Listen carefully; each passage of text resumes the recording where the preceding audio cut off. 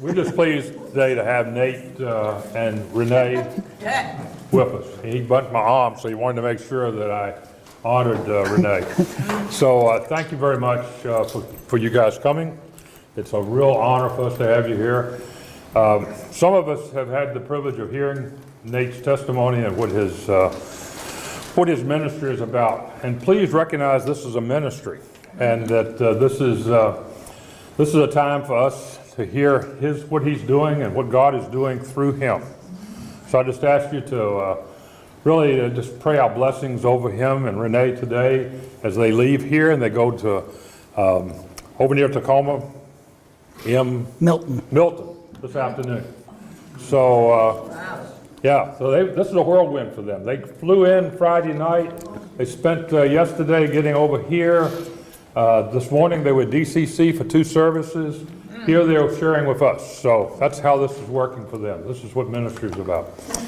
So Father, I just thank you, Lord, for bringing us all together today and sharing in this ministry. We just ask your blessings on it. We just ask you that you'll open our ears and our hearts to what's going on in your world. In Jesus' precious name, amen. Amen. Thank you, Randy.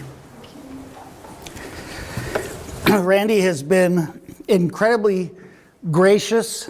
He's the person who stays in contact with me here from SCC, and is trying his best to maintain a good line of communication and dealing with a flaky artist who's like running around trying to do 1,000 different things. And Randy will send me an email periodic and go, since I didn't hear from you in response to the last email, I wanted to just, and I'm like, oh, that's right, I haven't gotten back to Randy yet. So thank you, Randy, for your patience with me.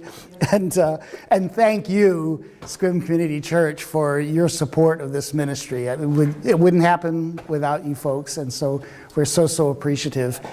So I was surprised to find, I thought it had been just a couple of years since I'd been here at Sequim Community Church, and I was surprised to find it had been 5 years since I was here. So this is actually a 5-year update. But what we've been, I'm going to give you a little background on me, wonderful me, and the whole ministry started in the late 1950s. That I saw Dick Tracy in the paper, and I saw Captain Kangaroo, Tom Terrific, the Tom Terrific cartoon on Captain Kangaroo, and I saw Sleeping Beauty, Disney Sleeping Beauty, and all of those kind of came together. It was mostly Dick Tracy, and I told my mother, that's what I'm doing when I grow up. And I always say I'm so glad that was God's plan for my life, because I have no other marketable skills. It's either this or working at Taco Bell. Not that there's anything wrong with working at Taco Bell. But anyway, so in the late 50s, I got started on this, started on drawing, and I was drawing this character, who I'm sure everybody probably recognizes, and this character that, I mean, already my keen level of drawing ability evident to everybody, because this is, as I said, Dick Tracy and Tom Terrific, and that I was working on, and it was nice. My mom was an amateur portrait artist. My grandmother, her mother, was an amateur landscape artist. So they were very encouraging. My daddy, not so much. And so they encouraged me to keep drawing. But one of the really cool things happened when I was in kindergarten. I drew a comic strip about this little Chinese guy who had springs for legs and a bad guy who used to harass him. I was ahead of my time. It was about bullying. It was a comic about bullying. And so he was like bouncing the little Chinese man. And the guy was so bad, he wore a black mask, of course, all the time in all black, but he had, instead of a flower in his hat, he had poison ivy. I mean, that's how bad this guy was. And so I did this on those little manila papers that we used to get like for math or arithmetic in school. And my kindergarten teacher actually understood what I had done, and she put them up in sequential order on the bulletin board for the open house, PTA open house, or whatever. And I was like, wow, she understood my comic. And then, of course, I was in a little tiny small town, and so everybody came, they were like, oh, the little artist. And so I got known as the little artist in town. Of course, I was like big fish in a very tiny pond, but my wife is back there doing the, it's like, you want to see some pictures of my grandchildren? And so anyway, so this is how I got started. Unfortunately, went through a very bleak period in the 1970s. that kind of lost my way and turned my back on the Lord. And so that was kind of a lost time. But I got saved in 1979, and the Lord opened the door eventually for me to work on all of these different properties, on Spider-Man and on Batman and whatnot. The real peak of my comic book existence was doing the hot dog comic for Archie. That's me down the corner with the afro and stuff. I was Nate Butler Artist of the Month. And one of the coolest things about that was I was at the San Diego Comic Con, the big San Diego Comic Con, right around the time that Hot Dog came out. And I was talking with a friend after hours at one of these after hours parties that, and I was a pro, so I got to have the badge, that everybody, was like, oh, he's a pro, And I was just sitting there talking to this friend, and a guy comes up to me, he goes, "Are you Nate Butler?" And I said, "Yeah, I'm Nate Butler." And he goes, "The guy who does Hot Dog?" And I said, "Yeah, I am."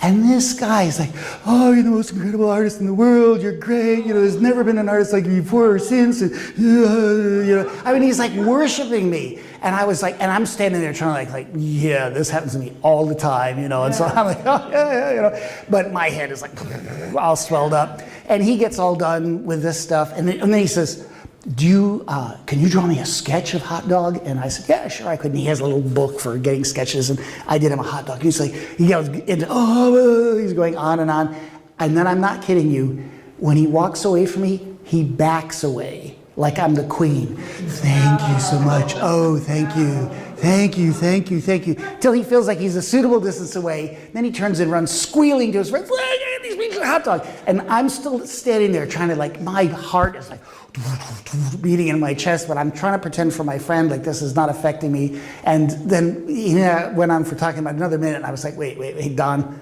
I said, "I got to tell you, that has never, ever happened to me before. And that is way too addicting." I said, and the funny thing is, that has never, ever happened to me again. But I thought, boy, think of all those young people in Hollywood that every day people are telling them garbage like that, Man, that stuff, it's like crack cocaine, It's just like, because you want more of it. It's like, yes, tell me how wonderful I am. Please worship me. Which, of course, was... somebody made that mistake way back when, forgot he was a reflector and thought he was a generator. We are not generators. Renee and I sing in our choir at church, tell each other all the time, we're reflectors, reflectors, reflectors. We are not generators. So that was good of God to show me you're at the top of your game. This, people think you're wonderful. It means nothing. It's not good. It's not healthy for you. So it wasn't all that long after that Clyde and I met. Clyde Collins, some of you know, or maybe all of you know. Clyde and I met because I had done I did a Christian comic, and this whole process of my life of drawing since I was a kid, and then getting to work for Marvel and DC and Archie Comics and the Muppet people, I was like, wow, the Lord put me through a lifelong training process. What would I do with that? And I thought it was published Christian Comics. Is that the next slide, I think? Yes. This A to Z comic at the far end was the first comic I published. And I think maybe it was the only one I needed to publish because I was at a Christian radio TV show in Albuquerque. They did the interview. I left the comic behind. And the next day, a guy came. He was a Fleet Street reporter in England who had come to Christ. He gave the comic to his son, Andrew Wooding, who knew Clyde. And Clyde was doing comics for Native people in Canada and stuff, the Dan Red Eagle comic. And so Clyde and I got together. And Clyde and I were talking about, and Clyde had said, I did this comic. He says, I'm a writer. I'm a missionary, and I kind of felt my way through this process. And the minute I got my comic done, everybody's coming to me saying, you need to help us produce comics because everybody in my culture loves comics. How do you do it? And Clyde was like, whoa. I'm just a missionary. I just felt my way through this. He said, we need a pro to show us how to do it. And the minute Clyde said that, that vision just exploded in my head. And I was like, and I never wanted to teach because my mother was one of those people that would said, them what can does and them what can't teach, So I was like, I can and I does and I do, But the minute Clyde said that, I was like, here I am, Lord, send me. So Clyde and I decided, okay, we're going to put on a conference together. And so several years later, no conference, Kathleen, Clyde and Kathleen had known each other, and we finally, I think we were kind of giving up, and we were going to take, some people had given us some money, and we said, well, where are we going to put this money? And it had been entrusted to, was it ICMC that you were working for? And when Clyde told Kathleen we were going to, and she said, well, why aren't you saving the money for the conference? And well, we're a couple of guys. What do we? He's a missionary. I'm a cartoonist. What do we know about? And Kathleen said, well, let me try to put something together. By that afternoon, she had a conference set up for us in Tagaytay in the Philippines. Immensely successful. We had 30 people from 12 countries and 8 different agencies, or vice versa. Anyway, incredibly successful conference that the ripples are still going out today. I'm still working with people that from that first conference. So it was marvelously successful. So Kathleen and Clyde thank you so much for. There would be no COMIX35 without them.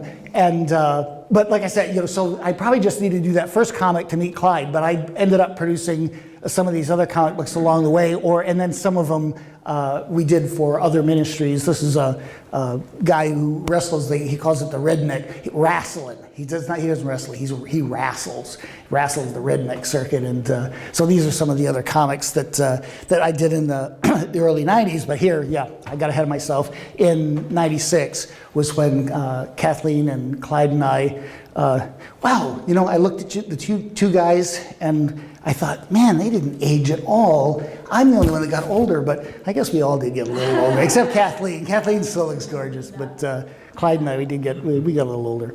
But anyway, so some of these background pictures are from that first seminar in Tagaytay in the Philippines. And like I said, I'm still ripples today. This young artist, Toto Winarno from Indonesia, I still work with him all the time, and so it was a really great kickoff. And by the end of that year, we had founded COMIX35 as a nonprofit ministry here in the States. And so we're a comics ministry based on Exodus 35 verses 30 to 35, where God gifts the artisans who are going to create the works of art for the tabernacle. Not only gives them the ability to create the art, he gives them the ability to teach others about what they know. So that's what we're all based on, that the Lord had given me these abilities to teach about art, to know about comics. And because in that process, I'm one of those people that's very hard for me to talk in a linear way. Clyde was always talking about, native people, how that, they don't go in a linear way, and neither do I, because I'm an artist. I'm always like, oh, rewind, we have to come back. Working in comics for Marvel and DC, when I first went to Marvel, I had given up on the idea of being a writer. I was just an artist because I'd had a art director at a smaller comic company tell me, oh, you can't do both. You can be a writer or an artist, because if you try to do both, you'll stink at both, but if you concentrate on one, you'll be great. I found out years later, the guy's name was Nick Cutie, and they said, Nick says that because Nick couldn't do both, but other people can do both, So but when I went to Marvel, my editor, he wasn't all that crazy about my artwork, and he said, and he had one of those New York accents, he goes, I got plenty of artists. What I really need is writers.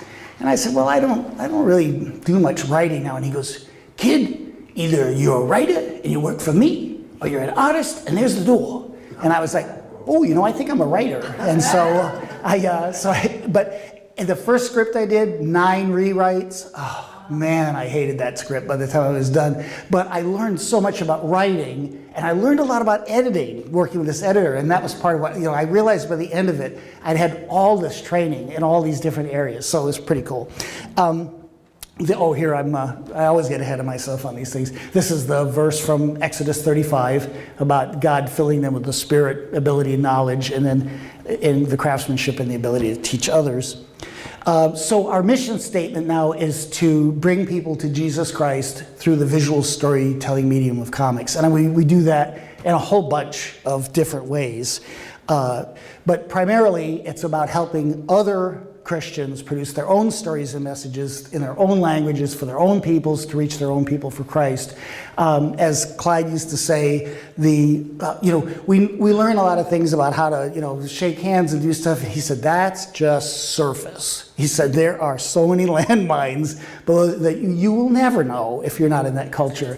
So by helping these people in the cultures do their own comics, they know all that stuff, and it's authentic. And so we've had a great time working with a lot of people. The longer we've done this, the more I've drawn back to let the more we've involved locals, because Clyde, I don't know if you remember that time when we were in Bulgaria. It was one of the last seminars we did together, and I'm standing there, and NASCO. Remember, NASCO wanted us to our host wanted us to criticize every student individually thoroughly.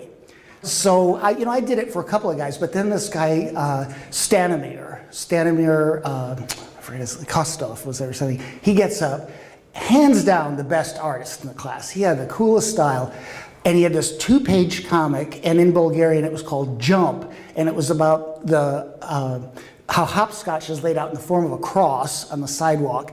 And he did this neat story where the last panel is this really cool down shot of the protagonist standing looking at the cross, and will he jump? Will he make the move? Will he become a Christian?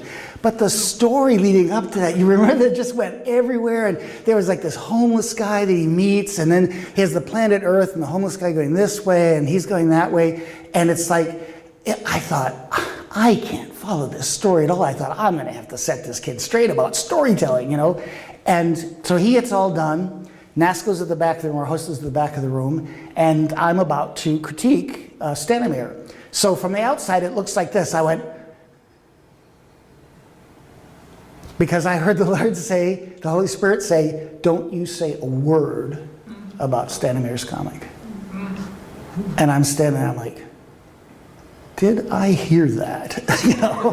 And NASCO in the back goes like this, get on with it. And so one more time I was like, and I heard it again, don't say a word.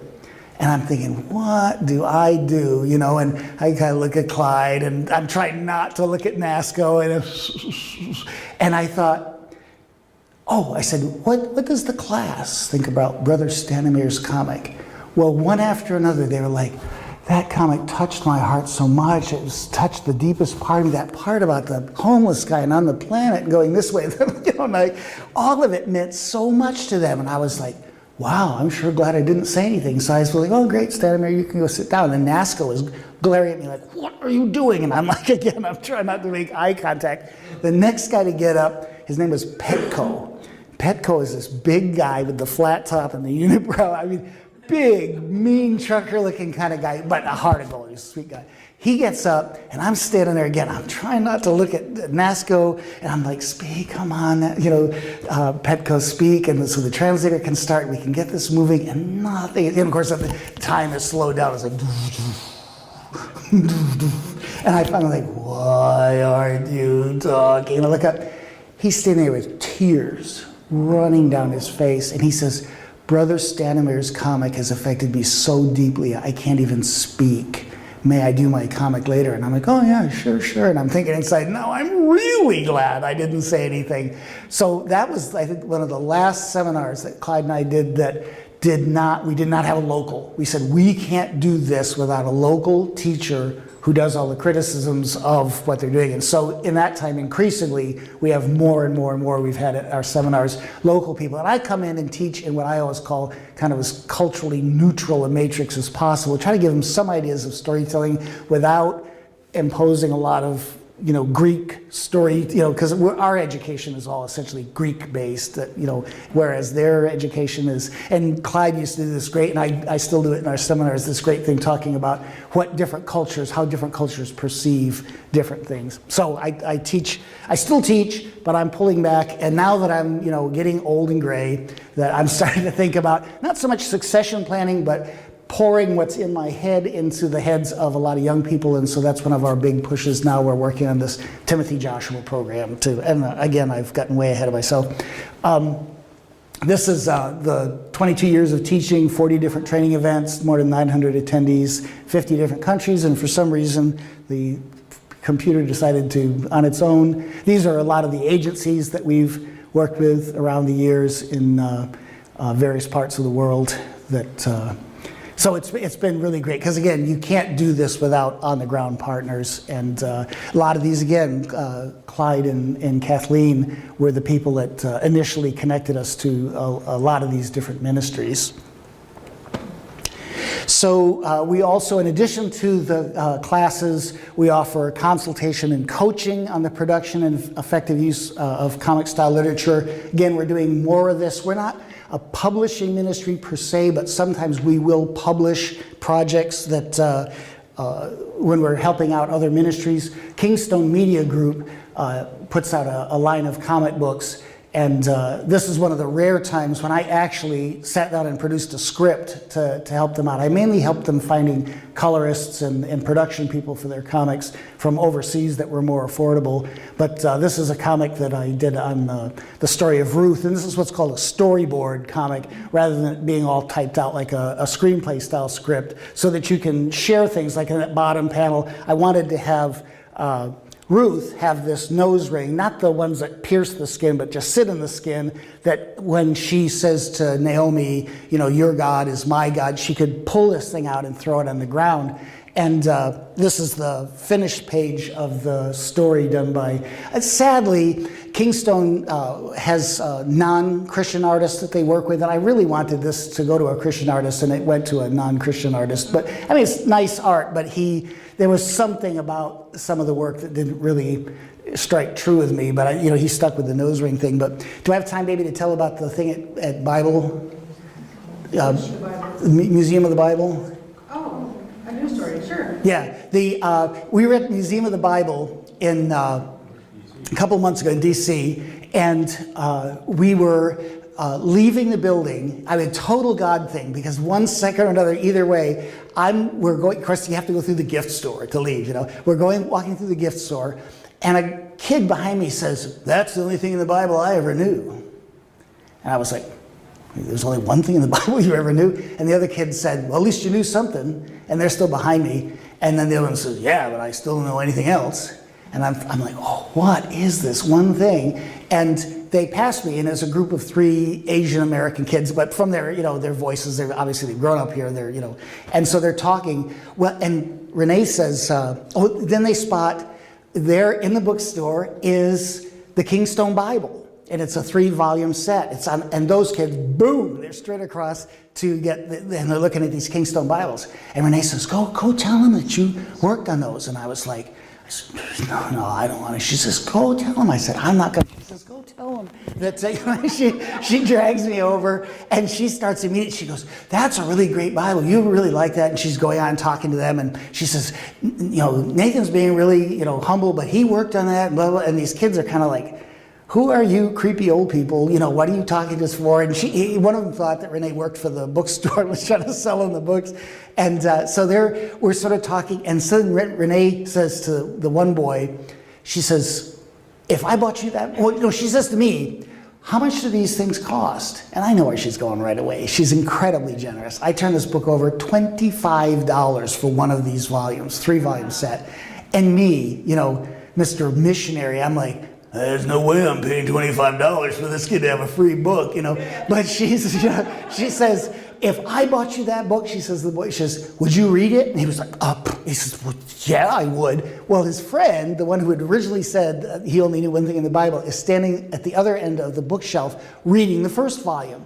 He is so flabbergasted at what Renee has just said to his friend, he bumbles the book and he drops it and he dents it. And he goes, well, I guess I just bought that. And the other kid goes, you're going to buy it just because you dropped it? He goes, well, I dented the cover. He says, that's not right that someone else should get a dented cover book. And I'm like, well, that's a pretty cool kid, And so Renee, we're moving to the cash register, and Renee showed me. And so we were talking about this. I showed, because it's the only story in, was it volume 2 or volume 3? or volume 1. The only story I did in volume 1, all the rest of them were done by the publisher, Art Iris. But when you look in the front of the book, it says writers, Art Iris and Nate Butler. And I said, boy, it makes me look pretty important, doesn't it? I said, but I only wrote this 16-page story in this whole thing. So the kids are laughing, and I told them about the ring thing and how she pulls it out, and the kid goes, oh, like a what do you say? Like a symbolism thing. And I was like, yeah, that's like a symbolism thing. And so, so we're laughing about, well, then Renee buys the other kid the dented copy, and he's like flabbergasted. And then Renee says, sign them. And I said, well, the boys have not asked me if, they maybe don't want me scribbling their books. They were like, well, yeah, no, we do. So I'm autographing their books on the page that has my name in it. And their friend, the third friend, comes over and he's like, what's happening here? And he's like so bummed that he missed out. And I'm thinking, well, we're buying a third book. But it turned out everybody on our bus, we were with a concert tour thing. And so but Renee goes full mom on these boys. She goes, now you're going to read those, right? And they're like, yes, ma'am. Yes, she goes, we're going to be praying for you. And this mom goes, what? And she goes, you read them and you share them with your friends. And she's like, She's great. So anyway, their names are Mike and Peter, and I didn't get the third kid's name. So we pray for Mike and Peter all the time for their friends and stuff because as so totally a God thing. I mean, the timing of that was just unbelievable. So anyway, that's, again, I probably am going to have to skip like 300 of these slides because but these are the areas where we're working now in Quebec, French-speaking Quebec, because after we did work in Japan, which is the world's largest comics producing and consuming culture, Franco-Belgian culture, everywhere the French went, they left behind a love of comics, and so we're working in Quebec and in Western Africa and in prisons, and up till very recently, we were doing work with Native Americans on the Navajo reservation out there in Window Rock, and we did 2 tracks for I only have 1 sample left, but we did, our partners there, Western Indian Ministries and Christ for Native Youth, wanted us to do one that addressed alcoholism for older guys, and then we did one that addressed suicide and drug use for younger people. We get those 2 tracks done. I'm thinking this is the first in a series of a bunch, and the Lord moved us away and moved us back to Asia, and not entirely sure about everything that he has in mind for that, but I've had to learn. I think Clyde even told me really early on, you have to hold things kind of loosely when you serve the Lord, and be prepared to lay him down when he says lay him down, even if you think, man, because I'm one of those people the Lord says, we're going to travel down this road a ways, and I'm like, right, boom, like those cartoons, the little dust clouds, and then somewhere along the way, I stopped running because I realized the Lord isn't behind me anymore, so I have to go back and find him. So I was really surprised, but it's all good because the Lord knows what he's doing. I don't know what I'm doing, but the Lord does, so that's what's important. This is our work in prisons. First track we did U-Turn for Bobby McGee, and his name really is Bobby McGee. It's not like the Janis Joplin song, that's really his name. And we did one in Spanish and English for Manny Mil Paso al Frente. He's a Cuban guy who spent time in prison. A track for women, for Annie Goebel with Daughters of Destiny. And then our newest one that just has come out. What we do with these tracks is we produce 1,000 or so of them, and we send them to these are all ex-offenders who are now prison evangelists, and they're all drawn by prison inmates. And so Bobby, after he had about 1,000 of them that he distributed, he goes, these are great. He says, people are showing up in greater numbers for my, music programs. More people are coming to Christ. I want more. We're like, great. And if he wanted to tweak anything, we would do it. Otherwise, we just turn the files over to him and say, they're yours. Print till the cows come home. And so Bobby's printing a ton, same with Manny. Annie hasn't had as much success. Again, I don't know if it's because it's women in comics, I don't know. And William Bumpus, we just sent him his first 1,000 tracks that he's really excited about. We wanted to find an African-American guy to actually draw the track. Couldn't find one that was available, so this one is, it's drawn by, all these are penciled and adapted. The stories are adapted by prison inmates, but wardens are worried about secret messages being transmitted in art. So we have professionals ink them so that to obscure messages. And this one is actually inked by one of our associates in Cote d'Ivoire in Africa. And actually the U-turn, this is I don't think probably most of you know, but the first and third of these are inked by Bruce Bazare, who was the guy that did the Dan Red Eagle comics with Clyde. So we're really excited about this because, with the exception so far of Annie, these people have been very, very excited about the results they're getting in prison from these comics, and so that's one of the areas. Black and white. Oh, black and white. Yeah. The first time we got these printed, Renee said to me, it's the 21st century, there's this thing called color now. Yeah. And I said, we do them in black and white. Let me grab one. We do them in black and white, no staples. They fold up so that you can read them, and the pages are numbered just in case the guys get lost as they're reading. But they're in black and white on enamel paper, because if you do them color on enamel paper with staples, the inmates pull out the staples, they scratch the color off of the enamel into little thimbles, which they boil, and then they use the little staples to dip in and tattoo themselves. So we do them but if you do them on plain paper, then they'll roll them into contraband cigarettes. So we do them in black and white on the enamel paper. Although once Bobby started printing his own to make it cheaper, he went to plain paper, so I guess he's not having a problem. But again, we're trying to come up with a product that wardens can't object to, because wardens will have a lot of objections. That's why, inking them to make sure that the artwork is, so we're trying to do as much as we can, and not every prison has the same rules, but we're trying to come up with something that can't be turned down by the wardens. And so that's been very successful for us. Very successful. Renee always reminds me, it's the Lord's ministry, it's not our ministry, it's Him, it's all about Him. This is the work in Quebec. This is a comic book we put together of work from one of our more successful seminars that we did there in 2015. And this is a hard row to hoe. I really appreciate your prayer support for Quebec.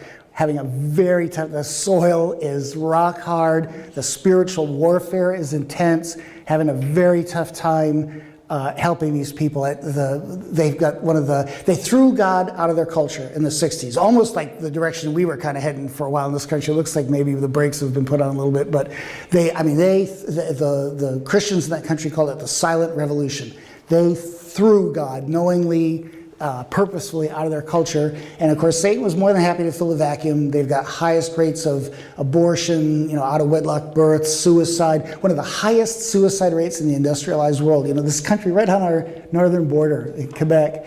And one of the pastors that we partnered with, his brother-in-law, one day, he's a Christian guy, he was depressed. He got in his car, he drove off in the woods, they never found him again. They found his car, but there was a big storm, trees came down, they couldn't find the body, they just declared him dead, that he was, spiritually oppressed. And so it's another area that really touches my heart, but it's been very, very hard to make things work in Quebec.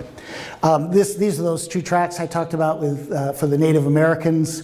We had such a tough time getting the Native people to move on it. We ended up getting these 2 guys to dictate their testimonies, and then one of our board members transcribed it. And we actually had our 2 inmate artists that did the Bobby McGee and the other Manny Miltrack did the adaptation artwork, and then we had them check it over, and then we had a young Navajo lady did the finished black and white art, and we had actually a guy from Toto from Indonesia did the color on the Angry Sun, and then we had an Australian guy do the color on the KA Compassion and Love track. And like I said, I thought we were going to keep moving on it, but the Lord has us going in other directions, but we'll see what, again, the Lord might bring us back to it. I'm sure He probably will, or the people that we're working with. So this, moving back to Asia, the manga style, Japanese manga style, or in Korean or Chinese manhwa style, very, very popular around the world. So increasing the work that we're doing there does help us in many other parts of the world where this comic style is so huge. So I'm sure that's part of why the Lord has us back working in Asia again. And then the other really exciting thing is we've been working in French-speaking Africa. We've had seminars now in Cameroon and Cote d'Ivoire, the Ivory Coast, and in Congo-Kinshasa. And we're handpicking the best artists from these seminars, and we're doing a graphic novel Bible for Africans, all by Africans, a complete graphic novel Bible. The Asians have theirs, Americans have theirs, the Europeans have theirs. But the only culture that does not have its own graphic novel Bible by its own people is in Africa. So the Lord has really blessed us with this. I mean, it's just amazing the people that have stepped forward to help with this project. This is our best artist in terms of, he's not the best in terms of drawing, but he's just a very dedicated guy, and one of those guys, fearless about attacking. Artists, you think, when you watch artists draw, sometimes you think, it's just so effortless. Well, it's not effortless, and I'm one of those artists who I don't want to draw because it's a lot of work, and there's a lot of artists are like that. Benjamin is just one of those guys that just ready to attack the paper and draw, and so he's definitely one of our go-to guys on this Bible project that we're doing. This is not indicative of the actual art. These are samples from earlier things, but we're calling it the Bible Treasure of Africa, and a lot of emphasis on where Africans appear in the Bible, and Psalms and Proverbs and things that tie into African proverbs. We'll have original Bible stories in it, but we'll also have life application comics done in a little more cartoony style, or such is the current plan, helping the Africans see how some of these stories apply to their current situation. And our partner is PJA, it's a publishing for young Africans is what it translates to in English. And so that's one of our big projects we're bringing a whole bunch of them together in Kenya for a big art camp, and to get them out away from their homes. And Clyde always used to say, working with Native people, that deadlines didn't mean a lot, and if somebody comes by and says, help me, with my truck, they're out the door. The Africans are the same way, so that's why we're taking them all to Kenya. They're all away from their families so they can work on these projects. And in August, coming up really super fast. So that's just the first part of my presentation that, Randy, you don't get to leave because there's 150 more slides to go. But I just wanted to tell you just real quick, because somebody warned me that you guys would all start leaving by 4 o'clock, and so I figured I have to cut this a little short. But just wanted to tell you a little bit about comics and visual storytelling. And one of the things I always say is, just right up front, is what do I mean when I say comics? Because we think of the comic strips and things that we've looked at, but comics around the world are called by a number of different names: manga, bande dessinée, manhwa, photonovela, different things. So, and they mean different things in different cultures. But basically, what we're talking about when we talk about comics is, once again, I've got ahead of myself.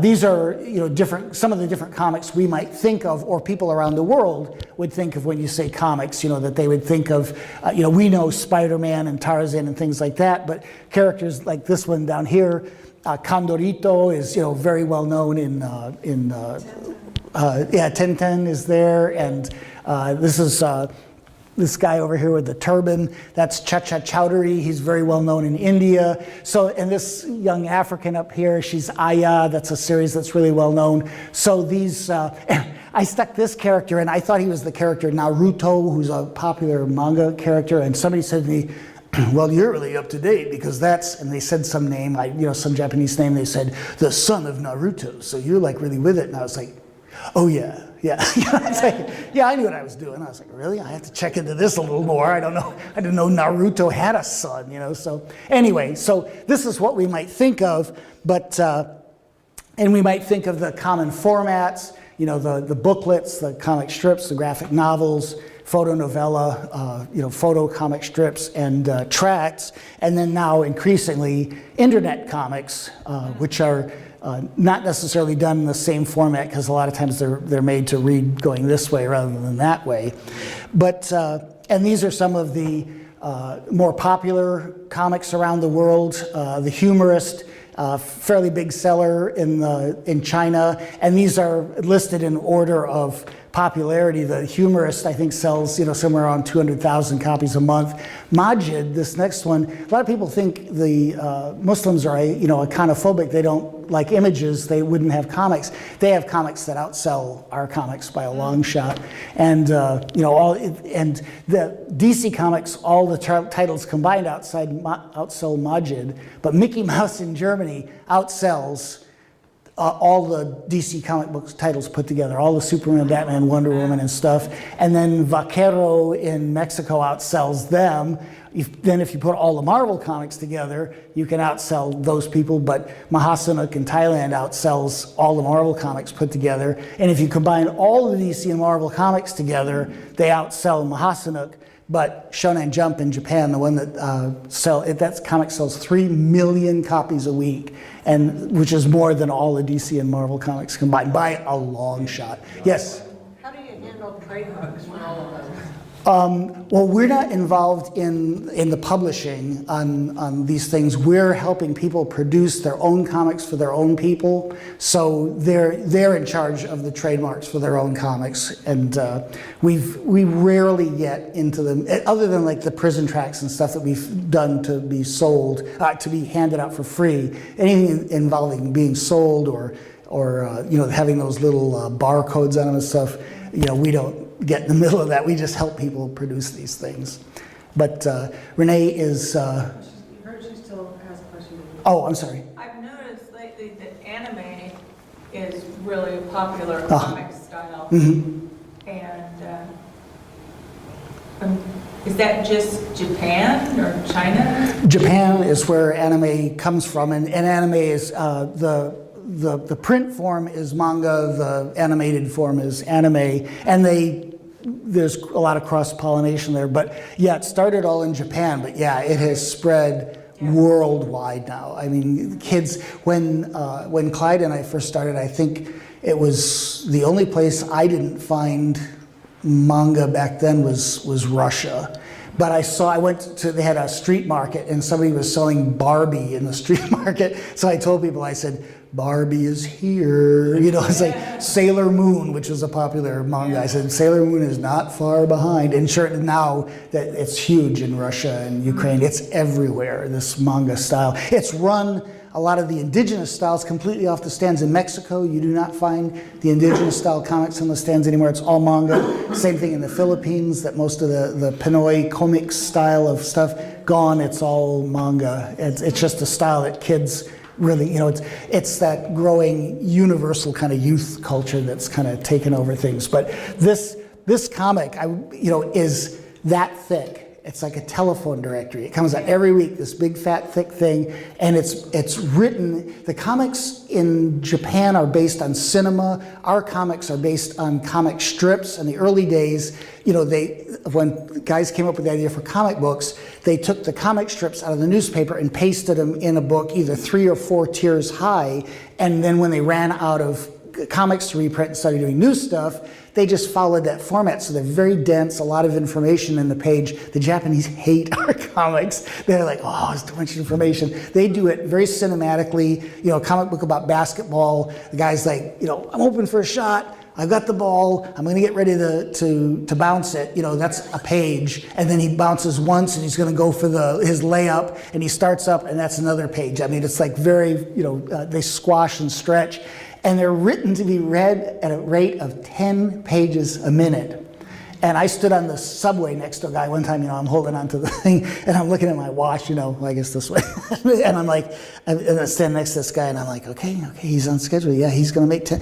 oh man, he just went back a page. You can't go back a page. You know, you're not going to make your 2 pages a minute. But they, on average, they read them at 10 pages a minute. And when they get off the trains, you know, they live in very tiny spaces, the Japanese. They have these great big telephone directory books. You can't collect those. So when they get off the train, they used to have these big cardboard bins and just, boom, they throw them in the bins.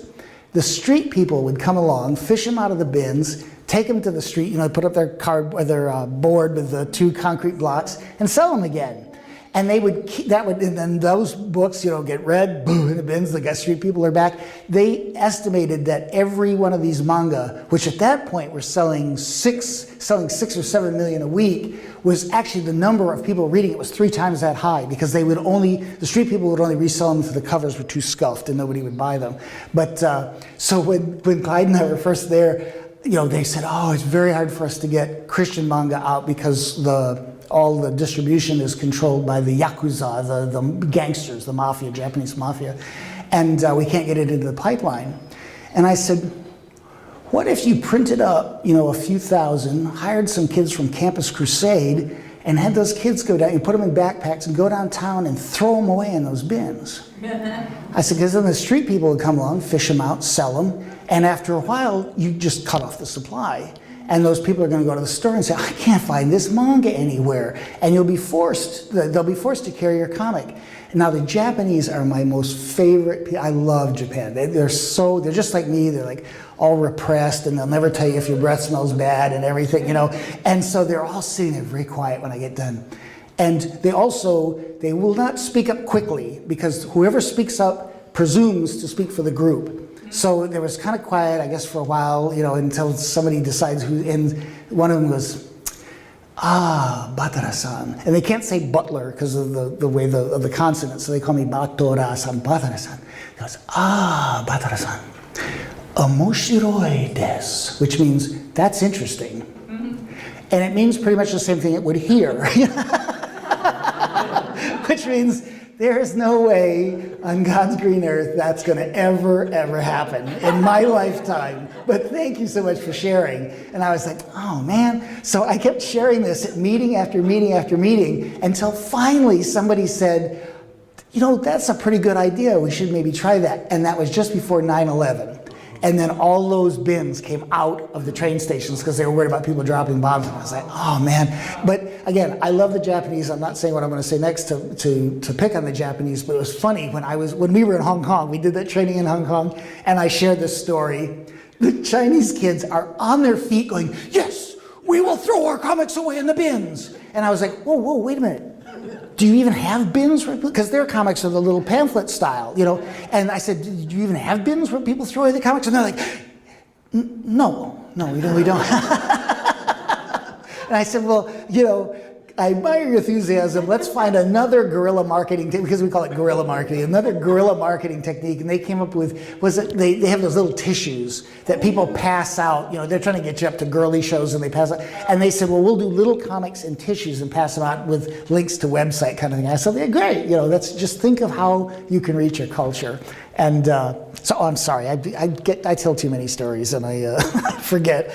So again, comics are the world's most widely read form of popular literature. Hard for us to understand in this country, but I mean around the world, people are devouring comics. Clyde, one time you went through all the comics just that we knew of and ran up the numbers, and it was astronomical.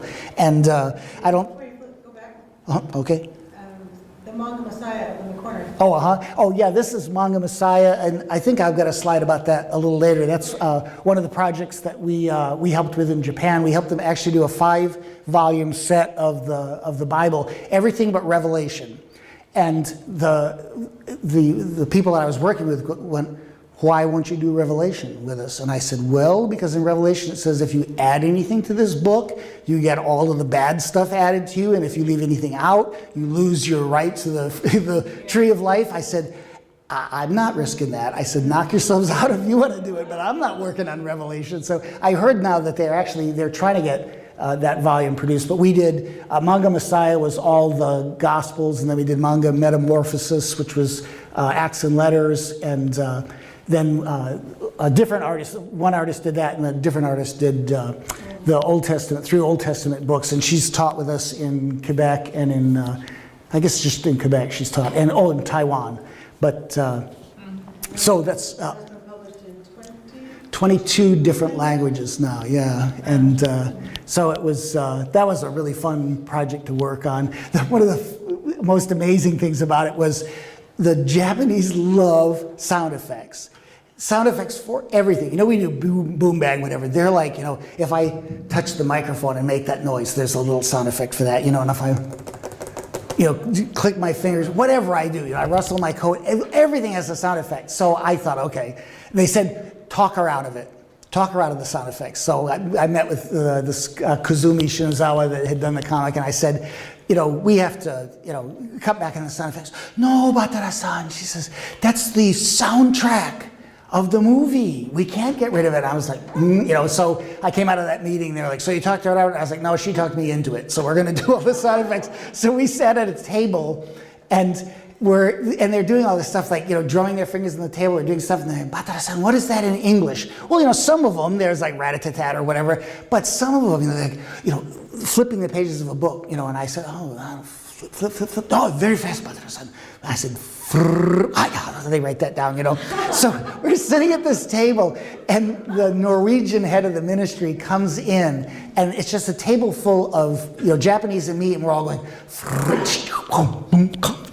you know, making all these noises, trying to come up with, and he just burst out laughing. And I said, yeah, who but God would know that, you know, we needed some English-speaking person to translate sound effects, because we used the English translations of the sound effects for all the other Roman, you know, based languages and stuff. So it was, that was a lot of fun. And then my other job was, they knew from the beginning, even though this is in Japanese, that it's going to be for the world because the world is reading manga. So my job was to be the international editor, make sure everything they did was suitable for international audience. So the Japanese have a lot of things that, you know, are taboo, but full frontal nudity is not a problem for them. So they had Adam and Eve, you know, are walking around the garden, and I was like, you know, they do this when you, I said, no.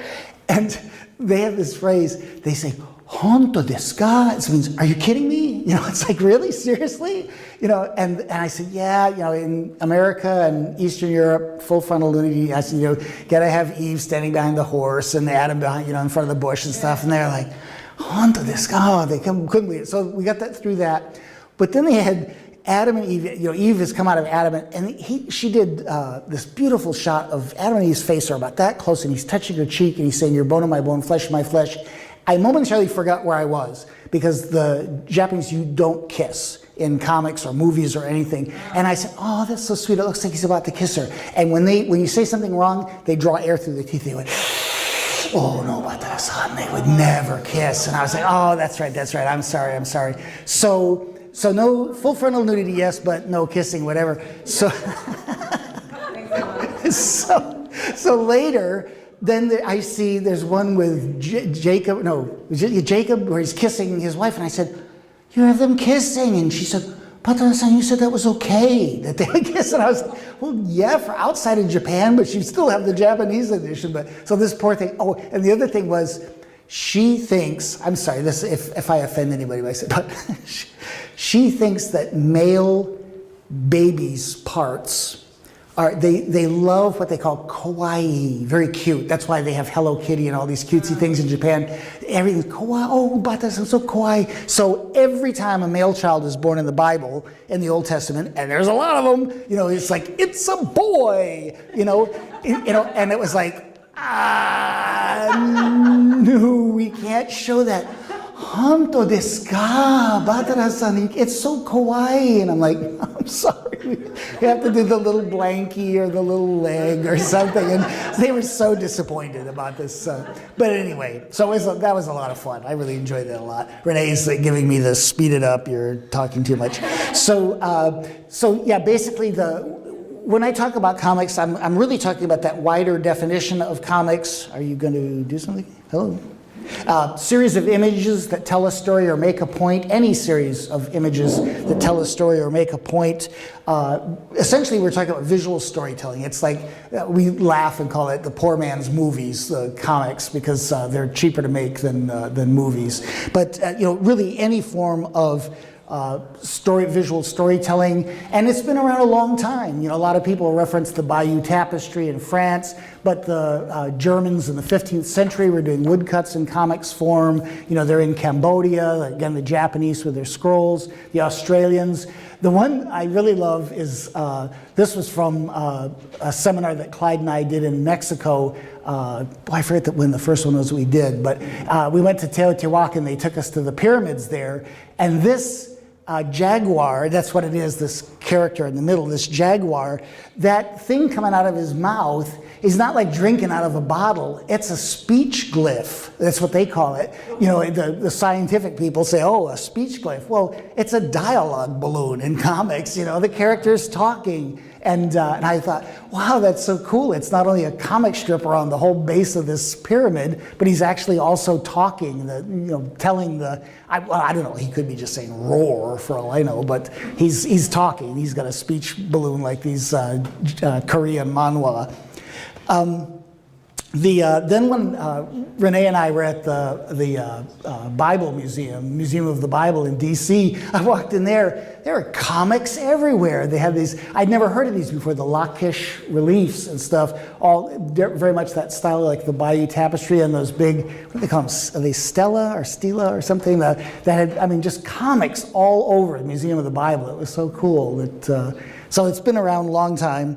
And so if all of these things we've just looked at are, a series of images that tell a story or make a point, and they're comics, then these next things are also comics. Airline safety cards. we laugh, but they're a series of pictures that tell a story or make a point. They're essentially comics, this American one and Russian one. I used to carry around the actual airline safety card that United Airlines gave me, and when I would hold it up and show it, people would go, oh, brother, you're not supposed to take those off the plane. And I was like, no, I had permission. They gave me one. But there's medical posters in Cambodia telling people about, avoiding insect bites and what to do when you do get bit. Fire safety. This is a fire safety poster from when I was in Russia that, again, not what we think of traditionally as comics, but it's a series of pictures telling a story, making a point about fire safety. This was one from Mexico, a combination of earthquakes and fire safety. This is one that just came out when things got hot with North Korea. The Japanese printed this thing telling people what to do to survive if there's a nuclear war. Now, some people have said to me, well, don't the Japanese know better than any country there's not really much of a way to survive nuclear war? And I said, well, things have advanced a lot since then, I guess, and maybe part of it's just making people feel better or something. But anyway, that's one that they've put out. And this is the easiest question on the test. What do these examples have in common? The ones I just showed you, the airline safety cards and all the rest. Series of pictures. Series of pictures, absolutely. Stories. You don't have to be able to read language. They're adaptable for the illiterate. Right. Because they understand the pictures. Right. Anything else? Yes. Well, picture is more than two words, Yeah. several words. Uh-huh. Picture makes those words what they are. Right, right. The information in airline safety cards and the posters and stuff that I just showed you are, what they have in common is it's life and death information that they're trying to give you. If this plane goes down, here's how you save yourself if you get bit by a bug, if the building's on fire, if there's an earthquake, if there's a nuclear attack. Here's your best chance of survival. So it's interesting that when the world wants to convey life and death information, they consistently do it through the form that is essentially comics. So again, another really easy, and this is one that the UN does this, every land war around the world, they pass out comics in the local language showing children what landmines look like and the markings on them and stuff to try to avoid children from picking up landmines.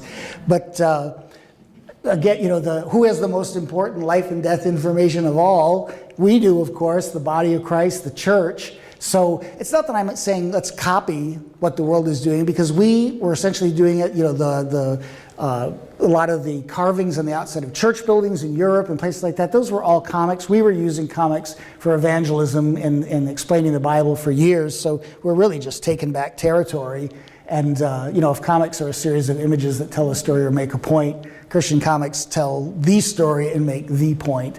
And so that's why we're real big on comics. Oh, so I have 3 additional points. So all right, boy, we are going to go till 4 o'clock. But one of the things I always tell people, because people are like, well, the Marvel movies, but that'll all dry up, and that'll all commercial comics are dying, et cetera, et cetera. If all of these things went away tomorrow, that does not affect the mission of what we're doing, because people are already around the world using comics, visual storytelling, sequential art to tell stories. So the importance of what Comics35 does does not rise or fall on the numbers of commercial comics sold. It's just a flat out proven method of bringing the gospel to people, and that's why we're excited about it.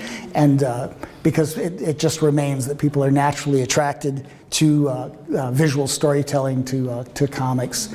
This is Kingstone again that we work with. Kingstone put out this graphic pointing out that we retain 80% of what we see versus like 10% of what we hear or 20% of what we read. And 90% of information to the brain is visual. So that's why they've gotten into comics in a very, very big way, and they're probably one of the most successful American publishers of comics, perhaps only exceeded by some of the stuff that Spire did in the 1970s. So they're really doing well. And the enemy is not asleep in all of this. This is a comic that I picked up in, I guess it was Southeast Asia, but it's from Saudi Arabia. It's done in that manga style. They're definitely trying to imitate the manga style. And it's sort of a secular comic about cute kids, kind of a sci-fi thing. But right in the middle of the comic is a little section telling kids how they can become good Muslims. And it's all in English. So if Saudi Arabia is producing comics all in English with a section in the middle telling kids how they can be good Muslims, this is not for them. This is a recruiting tool. So they're using comics for their outreach purposes. They've got this new series too about, it's a way of life, talking about, inviting kids to come and be Muslims. So, the enemy's not asleep. Of course, the good news is that, as a lot of you know, that Muslims are coming to Christ in huge, huge numbers now around the world, but probably more in the last 40, 50 years, they said more have come to Christ than in the previous 2,000 years or something. So we know, we all have read the end of the book, we know who's going to win. So anyway, sorry that I saw a number of you were trying so valiantly to keep your eyes open after eating and in a warm room, but thank you so much for taking the time to listen, and thank you again to Kathleen and Clyde who mentored me and got me pushed along down the road so that 22 years later we're still doing this. It's been a great ride. And Robert has a question. yes, Robert. What is the obstacle in the Christian community from using this concept on a day-to-day basis? In my pocket, I have a couple of these books, and I give them out. I call it The Grace Effect by Carl Edelman. But if I had some of these tracts in my pocket, I'd be passing them out at Safeway, at the gas station and place.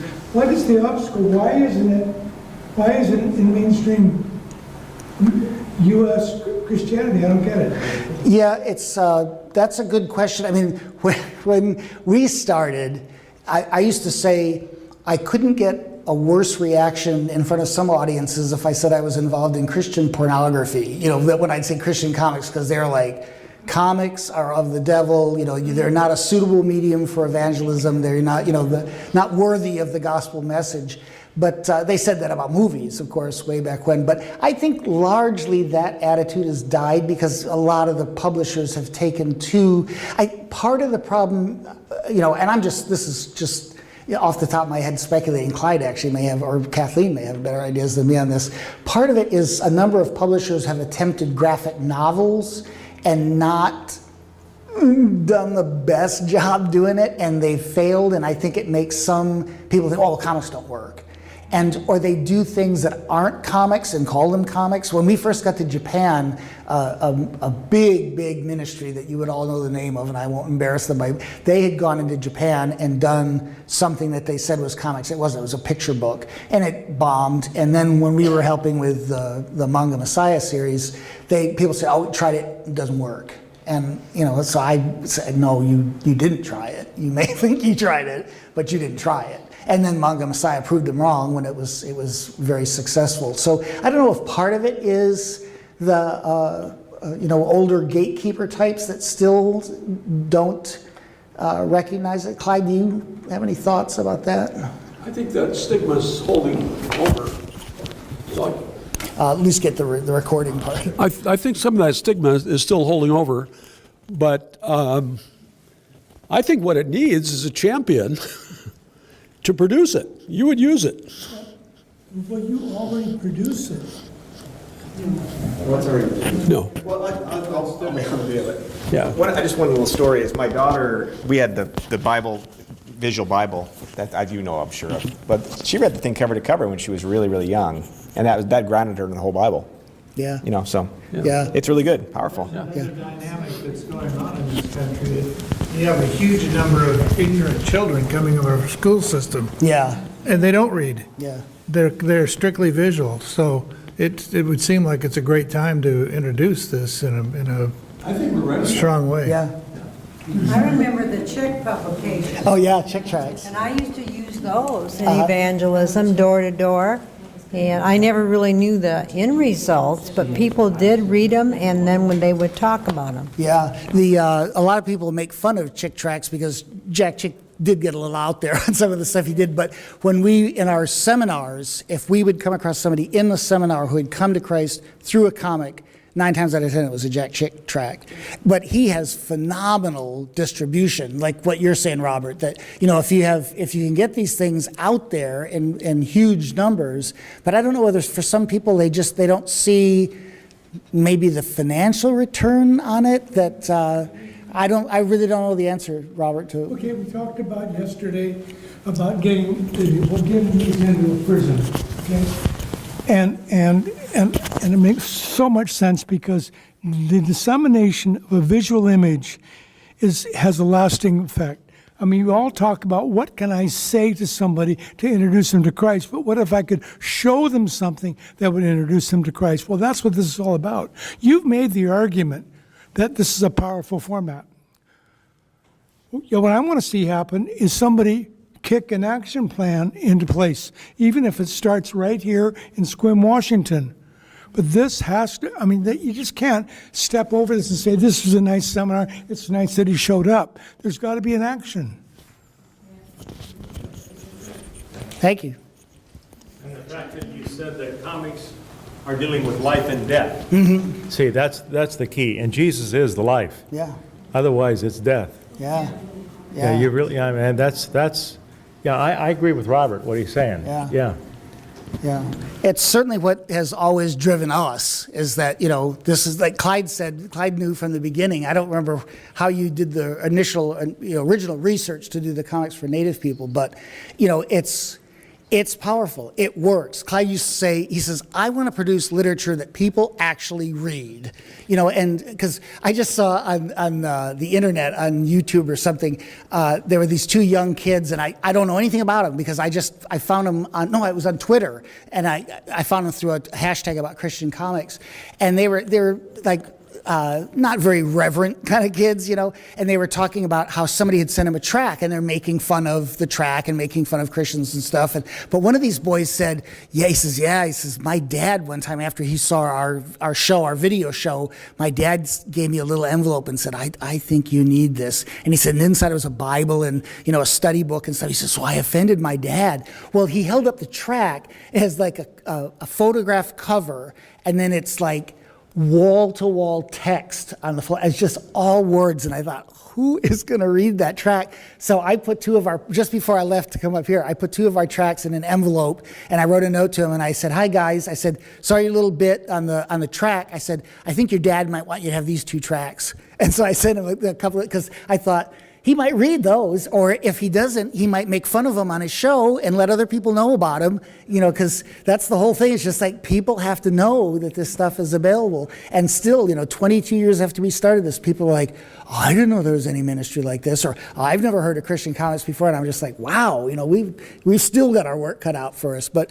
and it may be it's the Joshua generation that comes after us that's going to, do it, because Robert, for 22 years, we've been essentially trying to solve the problem you're talking about, is getting people to catch the vision for using this. We really appreciate your talking to us and helping us to understand. I listened to Robert's comments yesterday, heard them again today.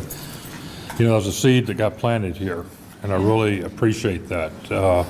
So it's up to us now to help water that seed and see what we might do, and and enabling Robert to be able to use this better in prison ministry. It's going to take some effort, and we can't just let some of that die right here. So as ideas pop up, we have Nate's contact information. If you don't have it, I have it, so get in touch with me. And we're just really happy you and Renee came. Thank you, Renee, wherever you are. Have you ever been able to get any of your products into a library, public libraries? There are libraries that have contacted us about comics, but again, because we don't actually produce most of the stuff, we just refer them on to the people that do, and I presume some of those people have, their stuff has ended up in libraries as well. The beautiful thing about what Biola's doing, I think, is they're scanning it all in, and they're making all of this material available to the public.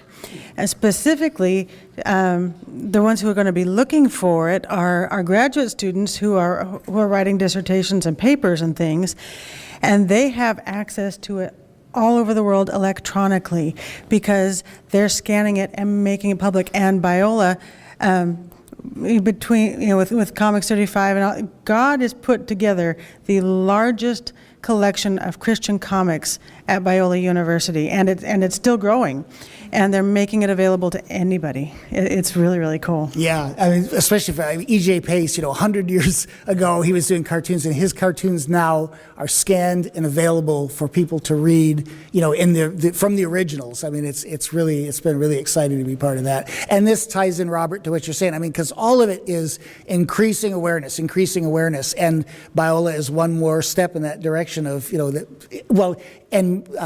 Fred Sanders, they call him Dr. Doctrine. He's a cartoonist. He calls himself the world's most preeminent theological cartoonist or something like that. But he did a series called Dr. Doctrine's Christian Comics, and he wants to make comics, a legitimate subject of research, and that is one more step that helps in people regarding this as something serious. So. Yeah, legitimizing, exactly. Well, don't make it 5 years. Okay? Before you come back. Oh, no. We need to hear more and hear how things are going. So we love it. I will continue to yes. help you a little bit. To get, yes. That's my job. So. Yeah. That's my job. So anybody else?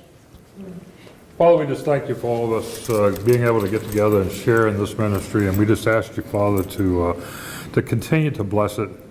Thank you for the obvious love between Renee and Nate, and we just thank you, Father, that they're able to work this together. It's a wonderful ministry.